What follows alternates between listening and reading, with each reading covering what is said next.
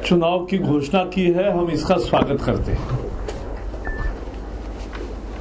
दुनिया का सबसे बड़ा लोकतंत्र 81 करोड़ मतदाता और उसमें से कम 60 से 65 करोड़ मतदाता वोट डालेंगे और इसमें 10 करोड़ पिछले 5 साल में। लोग पूछते हैं ना 2009 और 2014 में फर्क क्या है। 10 करोड़ नए मतदाता हुए हैं, यह फर्क है। और अभी चुनाव आयोग ने स्पष्ट किया है कि 9 मार्च तक यानी और 5 दिन वो चुनाव जिसको मतदान में नाम नहीं है वो मतदार बन सकता है। तो हम सब पहले देश में सबको अपील करेंगे कि जिनका नाम नहीं है वो इस 4 दिन में जाए, हमारे कार्यकर्ता उनको मदद करेंगे।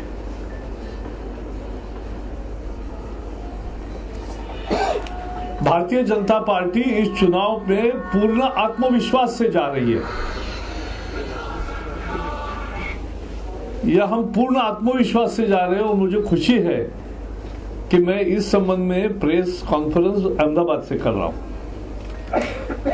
क्योंकि वड़ा प्रधान उम्मीदवार गुजरात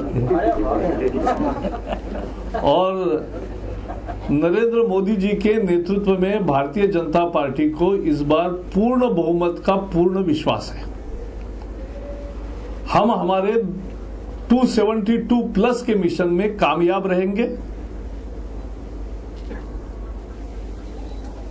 और फिर भी हम एनडीए का कुनबा जो बढ़ रहा है और बढ़ाएंगे और सबको साथ लेकर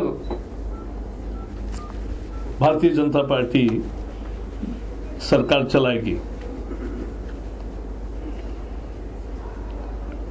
मैं कहूंगा आज चुनाव आयोग की घोषणा से ही 10 साल चले आ रहे कांग्रेस के कुशासन के अंत की शुरुआत हो गई है और 70 दिन के बाद भारत कांग्रेस मुक्त होगा, क्योंकि 16 मई को काउंटिंग है। 10 साल में नेतृत्व विहीनता, the vacuum of leadership was the hallmark of the Congress regime for last 10 years. और इसलिए लोग अब नेतृत्व की मांग कर रहे हैं, decisive leadership, and they want to give decisive mandate to the decisive leadership. That's the theme of the election. Atal ji ने जब सत्ता संभाली थी 98 में, तो देश की तरक्की की गति 4.8% थी। 2004 में जब अटल जी ने सत्ता छोड़ी तब उसको वो 8.4 के ऊंचाई पर ले गए। From 4.8 in 98 he took it to 8.4 in 2004। तो विरासत में यूपीए को, कांग्रेस को 8.4 की विरासत मिली थी, आज वो फिर 4.8 पर लाकर खड़ा करेंगे। The finance minister who was claiming that we will be nearly 5% is wrong. Yesterday's industrial index of industrial production shows that what he was predicting is not correct. It is much lower than that. Congress इस बार मोदी जी के खिलाफ बहुत जहरीला प्रचार कर रही है। क्यों? 4 बातें फर्क हुई है। गरीबी का मानो कांग्रेस ने ठेका लिया था, गरीबी का प्लैंक माने कांग्रेस। इस बार पहली दफा गरीबी का प्लैंक कांग्रेस से छूट गया और बीजेपी के पास आया। इससे वो बौखलाहट में है। उन्होंने चाय वाला कहा, देश भर में, दुनिया भर में अब चाय पर चर्चा हो रही है। गरीब की मजाक की कांग्रेस ने, गरीब का अपमान किया कांग्रेस ने, और इसलिए जो गरीबी का प्लान पहले कांग्रेस के साथ होता था गरीब की सहानुभूति कांग्रेस को होती थी, इस बार वो बीजेपी के पाले में है, इसलिए कांग्रेस में बौखलाहट है। दूसरा, इस बार पिछड़े का प्लैंक भी बीजेपी के साथ है। दलित, शोषित, पीड़ित, वंचित, पिछड़ा, जो पहले इनको लगता था इनकी मिरास में है, आज ये बीजेपी के बदौलत हो रहे हैं। आप देख ही रहे हैं, जैसे गुजरात से हमारे दलित सांसद बने हैं राज्यसभा में, हमने 3 मध्य प्रदेश से और दूसरी जगह 3 जगह से हमने दलित सांसद बनाए इस बार राज्यसभा के चुनाव में। उदित वो आए और फिर रामदास आठवले आए, और सबसे जिन्होंने घोर विरोध किया वही पहले हमारे दोस्त बन गए, रामविलास पासवान। कांग्रेस ने प्रचार किया था मोदी आने के बाद ऐसा पोलराइजेशन होगा, ऐसा पोलराइजेशन होगा, तो यहां तो उल्टा हो रहा है। ये भी पोलराइजेशन है? नहीं, ये पोलराइजेशन नहीं है। ये पोलराइजेशन नहीं, ये सबका मिलाप है, ये डिवीजन नहीं हो रहा है, ये तो जुड़ाव हो रहा है, ये तो जुड़ रहे लोग। और दलित सभी प्रमुख चेहरे अगर बीजेपी के पास आ रहे हैं तो इसका मतलब एक नया ध्रुवीकरण, अच्छा ध्रुवीकरण हो रहा है। सब समाज के सभी दलित, पीड़ित, शोषित, वंचित, पिछड़े सभी लोग आ रहे हैं। कांग्रेस और बौखलाहट में है क्योंकि सेक्युलरिज्म का उनका प्लान खत्म हो गया। उन्होंने सेक्युलरिज्म और कम्युनलिज्म का डिबेट करना चाहा, लेकिन मदनी ने भी कहा कि मोदी का हवा दिखा के, बीजेपी का हवा दिखा के आज तक आपने हमें वोट बैंक पॉलिटिक्स किया, लेकिन मुसलमान की तरक्की नहीं हुई। अब मुसलमान भी तरक्की चाहता है, और इसलिए ये गरीबी का प्लैंक, बैकवर्ड का प्लैंक, सेक्युलरिज्म का प्लैंक, ये सब कांग्रेस के हाथ से निकल गया और वो बीजेपी के पाले में आ गया। और गवर्नेंस का प्लान तो है ही हमारे पक्ष में। जहां भी बीजेपी की सरकारें हैं, मोदी जी हो, चौहान जी हो, रमन सिंह है, मनोहर पर्रिकर है, हर एक हमारा चीफ मिनिस्टर सफल रहे हैं, अच्छा सुशासन का उनका नाम है। तो गवर्नेंस का प्लान भी हमारे पास है, लीडरशिप का प्लान भी है, उनके पास कुछ नहीं है। और इसलिए मेरा आरोप है कांग्रेस ने, अब कांग्रेस के पास लड़ने के लिए कुछ नहीं है, बीजेपी से वो लड़ नहीं सकती, इसलिए उन्होंने एक प्लान बी शुरू किया है। और प्लान बी क्या है? थर्ड फ्रंट को आगे करो, आम आदमी पार्टी को आगे करो, एक ही मकसद, मोदी रोको, बीजेपी को रोको। ये कांग्रेस की अब प्लानिंग है। और इसलिए मोदी जी जो कह रहे हैं वही बीजेपी का कहना है कि थर्ड फ्रंट को वोट या दूसरे पार्टियों को वोट माने कांग्रेस को वोट। इसलिए लड़ाई सीधी हम मानते हैं, Congress versus BJP, Congress bad governance versus good governance of BJP, Congress indecisiveness versus decisive leadership of BJP. और ये जो सारा है राजनीतिक परिदृश्य, उस पर चुनाव की आज घोषणा हुई है। हम चुनाव आयोग को पूरा सहयोग करेंगे, हम आचार संहिता का पूरा पालन करेंगे, हम शांतिपूर्ण चुनाव हो और चुनाव आयोग को इसमें सफलता मिले, यह हमारी इच्छा है। और इसलिए हम चुनाव को बहुत आशा से, और देश की जनता के एक लोकतंत्र में इस चुनाव से विश्वास मजबूत होगा और इसमें डिसाइसिव मैंडेट मिलेगा, इस विश्वास के साथ हम चुनाव आयोग की घोषणा का स्वागत करते हैं। मेरी तरफ से इतना ही है, आपको जो पूछना है पूछ सकते हैं। आपने बताया 272 प्लस इस बार जो मिलने वाले हैं जी, उसके साथ साथ ये भी बताया समाज में किसी को अगर सचमुच में दृश्य दिखाई दे रहा है और अब कोर्ट के क्लीन चिट के बाद लोगों ने अपनी धारणाएं बदली और उन्होंने कहा कि तरक्की ही इस चुनाव का मुद्दा है, तो ऐसे सब लोगों का हम स्वागत करेंगे। नहीं, कोर्ट के क्लीन चिट की बात नहीं है, क्योंकि भाजपा अब सत्ता में आने वाली है, उसका विजय होने वाला है, इसलिए वो लोग आ रहे हैं। नहीं, ये आपका कहना है, हमारा ऐसा मानना नहीं है। हम सत्ता में आएंगे ये करेक्ट है, लेकिन इसलिए लोग आ रहे हैं ये हम नहीं मानते। तो आप तक जो विरोध करते रामविलास पासवान, उदित चंद्र, रामदास आठवले, लेकिन अभी 2 दिन के आसपास ही अडवाणी जैसे सीनियर नेता ने भी ये नरेंद्र मोदी की टीका की और पहले भी उस तो लेटर लिखा। उस पर आज एक मिनट वेंकैया आदमी है नहीं, वेंकैया जी नायडू, देखो भारतीय जनता पार्टी हर बार चुनाव में जब भी प्रधानमंत्री का कैंडिडेट घोषित किया है, आप याद करिए 96, 98, 99 और 2004 4 चुनाव में हमारे प्रधानमंत्री के उम्मीदवार अटल जी थे और अटल जी को मध्य में रखकर ही हमने चुनावी प्रचार योजना तैयार की थी। 2009 में हमारे प्रधानमंत्री पद के उम्मीदवार अडवाणी जी थे और अडवाणी जी के मध्य में रखकर ही सारी चुनाव योजना प्रचार योजना बनी थी।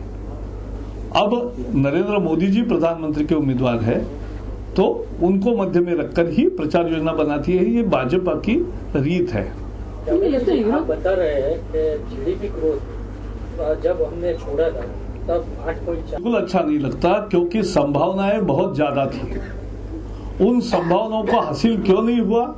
आज माइनिंग का क्षेत्र अगर बंद पड़ा है तो इनके नॉन ट्रांसपेरेंट रवैये से बंद पड़ा है। आज अगर टेलीकॉम सेक्टर में संकट है तो इनके करप्शन के कारण संकट है।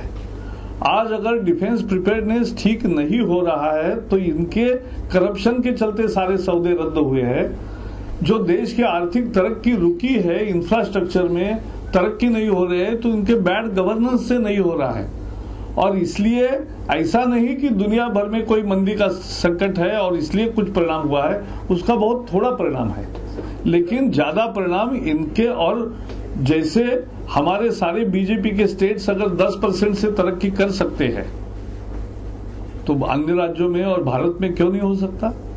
लेकिन सरकार की नीति, नियत और नेतृत्व तीनों में दिक्कत थी केंद्र सरकार के, और इसलिए ये गुजरात में भी जीएसटी भी ग्रोथ घटा है, गरीबी बढ़ी है, तो उसका कैसे? ये सच नहीं है। अच्छा, आप भ्रष्टाचार की बात करते हैं कांग्रेस की जी। जिस सीएजी रिपोर्ट के आधार पर आप लोकसभा वहां पर नहीं चलने देते हैं, तो गुजरात में भी कैग सर्टिफाइड भ्रष्टाचार है। नहीं, तो नहीं। आप नरेंद्र मोदी से डरते हैं? कुछ नहीं कहते तो? नहीं, पहले सुन लो।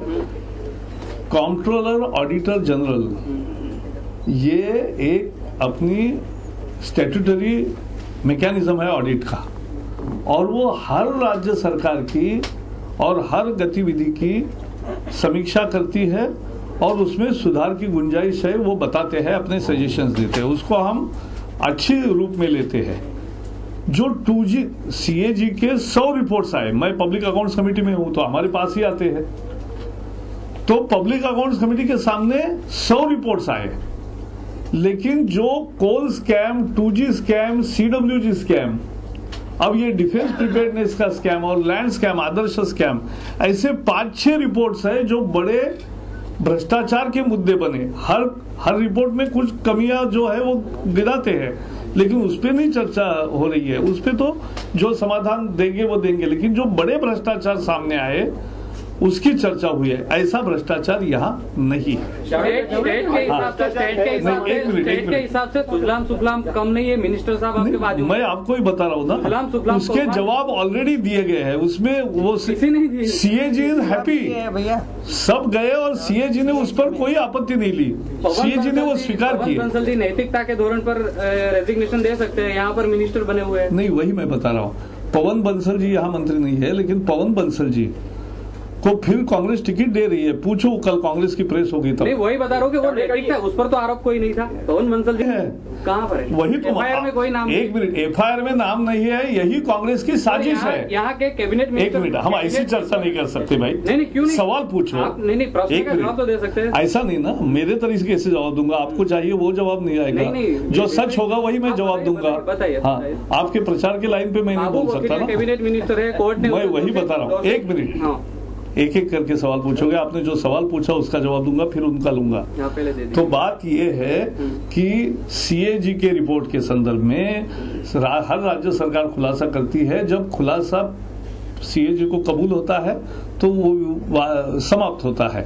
लेकिन जहां नहीं होता है, जैसे कि सीडब्ल्यूजी में, 2G में, कोल में, डिफेंस के परचेस में, आदर्श में, तब सीएजी फिर से वो रिपोर्ट देती है। वो भ्रष्टाचार के मसले है। एक आपका प्रश्न नहीं, इसी में मेरा प्रश्न है कि यहाँ पर जो सुजलाम सुफलाम बहुत बड़ा स्कैम हुआ है, उसका सीएजी ने एक्सेप्ट नहीं किया है। नहीं किया है। मैं पीएससी में हूँ, मैं बता रहा हूँ, तो आप मान लो। स्टेट की पीएससी में आप कैसे हो? स्टेट की पीएससी का नहीं है, बात करो कि गुजरात, लेकिन वो रिपोर्ट हमारे पास भी आते हैं। गुजरात के जो भ्रष्टाचार, एक मिनट, रिपोर्ट हमारे पास आती है तो सीएजी का वो समाधान हो गया। आपका सवाल सर, आप पार्टी के राष्ट्रीय संयोजक जो है अरविंद केजरीवाल गुजरात की मुलाकात पे है। अभी इनको जो विकास की बात करते हैं, विकास को देखने के लिए वो आए, ऐसा बताया गया है। और उनकी राधनपुर के पास हिरासत की गई। वो अलग बात है कि उनको हिरासत के बाद तुरंत मुक्त भी किया गया। क्या वजह हुई कि उनको हिरासत? ये आपको चुनाव आयोग को पूछना पड़ेगा। 10:30 के बाद चुनाव आचार संहिता लगी है, तो अभी प्रशासन के अधिकारी चुनाव आयोग के अंदर होते हैं, उनको पूछो। नंबर 1, वो आप नहीं बताएंगे। दूसरी बात, आज मैंने सुबह कहा और फिर आपके सामने कहता हूं कि देखो, भारत में लोकतंत्र है, इसलिए कोई नया पार्टी आए और प्रचार करे, इसकी इस देश में आजादी है, शांतिपूर्ण तरीके से कोई करे तो।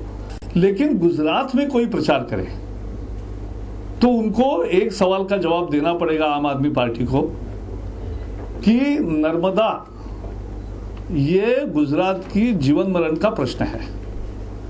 पानी के लिए कच्छ और सौराष्ट्र की प्यास है और गुजरात सरकार का हर संभव लगातार प्रयास चल रहा है कि ऊंचाई बढ़े नर्मदा के बांध की और वो गेट्स लगे। लेकिन ये रोका है आम आदमी पार्टी ने, क्योंकि मेधा पाटकर उनकी उम्मीदवार है। तो जो उनका पिटीशन है कोर्ट में, वही तो आम आदमी का ही हो गया ना। तो आम आदमी पार्टी ने ये नर्मदा का काम रोका है।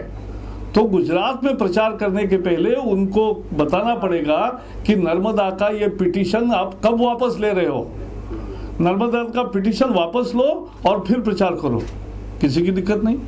यही तो हम मांग कर रहे हैं। नहीं, जावड़ेकर जी उन्होंने उनको हिरासत में लिया था। नहीं, ये तो आपको वो दूसरी बात कहता हूँ, वो तो छोड़ दिया गया था वो, क्योंकि आम सभा की मंजूरी नहीं ली थी, इसलिए उसको हिरासत में। वो तो चुनाव आयोग की आचार संहिता। एक मिनट, मेरा प्रश्न दूसरा है। उसके पहले उन्होंने जहाँ जहाँ रोड शो किया, गुजरात में आने के बाद उन्होंने कहा कि नरेंद्र मोदी जो आम सभा करते हैं उसमें करोड़ों रुपया आते हैं, वो कहाँ से आते हैं? तो भाजपा ने अभी तक क्यों जवाब नहीं दिया? नहीं, इसलिए पहले गुजरात के भूमि पर आने वाले हर एक को आम आदमी पार्टी को जवाब देना चाहिए कि वो सुप्रीम कोर्ट में गुजरात के विकास को लंबित रखने वाले नर्मदा का अपना पिटीशन कब वापस लेंगे, ये पहले बताओ। और पिटीशन वापस लेके फिर प्रचार के लिए आओ, फिर बाकी मुद्दों का जवाब मिलेगा। नहीं, आप क्यों जवाब नहीं देते? क्योंकि उसका कोई मतलब नहीं है। पहले नर्मदा, आपका भी प्रश्न है, आपका ही प्रश्न रख रहे हैं यार गुजरात का। तो गुजरात का विकास का प्रश्न है नर्मदा को रोका है आम आदमी पार्टी ने, तो वो सुप्रीम कोर्ट से अपना केस वापस ले, फिर वो उनको प्रचार करे। विरोध कर रहे हैं तो मेधा पाटकर उनकी उम्मीदवार है। मेधा पाटकर उनकी उम्मीदवार है। मेधा पाटकर उम्मीदवार है, तो उनको पूछो आपकी भूमिका क्या है। जावड़ेकर जी, अपने सुशासन और भ्रष्टाचार में बीजेपी नहीं मानती है सरकार। सुशासन मानती है। हाँ। तो फिर ये येदियुरप्पा को कर्नाटक में वापस लाने का इंडिकेशन क्या है? नहीं, ऐसा है क्या है, उससे बिना आप इलेक्शन नहीं जीत सकते। मैं दूसरा भी पूछूं, गुजरात में आज आपकी ऑफिस में या भाजपा में ऐसा है क्या मूल भाजपा वाले सोचने पड़ते हैं, इतने कांग्रेस और दूसरे पक्ष के आगे, तो ये इस नरेंद्र मोदी को विश्वास नहीं है कि अपने बल पर इलेक्शन जीत सकता है। इंदिरा जी था तो बोलता था कि इंदिरा बोले तो कोई भी इलेक्शन, तो अभी तो भाजपा वाले ही असंतुष्ट हो गए। प्रश्न पूरा हुआ? अभी लंबा नहीं, तो मैं अभी हाँ ठीक है, तो दोनों उत्तर देता हूँ। पहले तो लोग आना चाहते हैं, अंतःकरण से बदल कर आना चाहते हैं, अच्छे काम में जुड़ना चाहते हैं, पुरानी गलतियों को भूलना चाहते हैं खुद की, तो उनको क्यों मना करें? अतिथि देवो भव, तो ये अपनी संस्कृति है। एक दूसरा, जहां तक येदियुरप्पा जी का प्रश्न पूछा, इसमें उत्तर एकदम साफ है। येदियुरप्पा जी पर जिस कारण से पार्टी ने कहा और उन्होंने इस्तीफा दिया, उस केस को हाईकोर्ट ने खारिज कर दिया। अब खारिज करने के बाद ये एक नया जुमला हो गया कि कोर्ट खारिज करे तो भी आप दोषी है। ऐसा तो होता नहीं ना दुनिया में। बहुत बहुत धन्यवाद। थोड़े दिन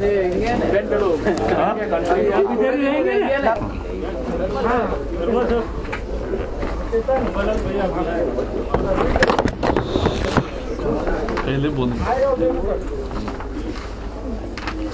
मित्रों, आप सबनु 8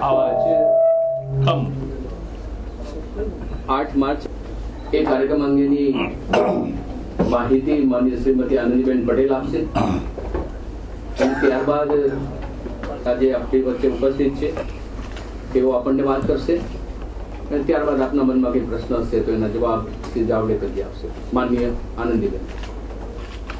પૂરું વિશ્વ ઉજવતું હોય છે, ગુજરાતમાં પણ ઘણા બધા છે, પરંતુ એ દિવસે એ પોતાના કાર્યક્રમની અંદર કરશે। નરેન્દ્રભાઈ પોતે દિલ્હીથી આ ચર્ચા એમને સાંભળશે। સમગ્ર દેશમાં 500 શહેરો આ ચર્ચા યોજાશે અને વિશ્વના 28 કેન્દ્રો ઉપર પણ આ આખો એ ચાય પે ચર્ચાનો કાર્યક્રમ થશે। ચર્ચાનું આયોજન કરવામાં આવ્યું છે। સાંજે 6 વાગે આ કાર્યક્રમ શરૂ થશે। चुनाव की घोषणा की है, हम इसका स्वागत करते हैं। दुनिया का